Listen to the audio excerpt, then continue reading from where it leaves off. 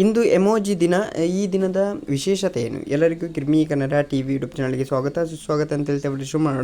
ಶುರು ಮಾಡೋಕ್ಕಿಂತ ಮೊದಲು ಯಾರೆಲ್ಲ ನಮ್ಮ ಯೂಟ್ಯೂಬ್ ಚಾನಲ್ ಮೊದಲು ನೋಡ್ತಿದ್ರೆ ಅವರೆಲ್ಲ ಸಬ್ಸ್ಕ್ರೈಬ್ ಮಾಡ್ಕೊಳ್ಳಿ, ಮತ್ತೆಲ್ಲ ಪಕ್ಕದಲ್ಲಿರೋ ಬೆಲ್ಲೈಕನ್ ಪ್ರೆಸ್ ಮಾಡಿ.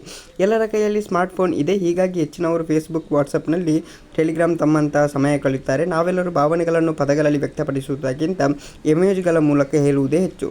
ಹೀಗಾಗಿ ಈ ಎಮೋಜಿ ಒಂದು ದಿನ ಮೀಸಲಾಗಿದೆ. ಪ್ರತಿ ವರ್ಷ ಜುಲೈ 17ರಂದು ವಿಶ್ವ ಎಮೋಜಿ ದಿನವನ್ನು ಆಚರಿಸಲಾಗುತ್ತದೆ. ಈ ಎಮೋಜಿ ದಿನದ ಇತಿಹಾಸ ಏನು? ವಿಶ್ವ ಎಮೋಜಿ ಇತಿಹಾಸದ ಕಣ್ಣಾಯಿಸಿದರೆ ಎಮೋಜಿ ಮೊದಲು ಎಮೋಟಿಕಾನ್ ಎಂದು ಕರೆಯಲಾಗುತ್ತದೆ.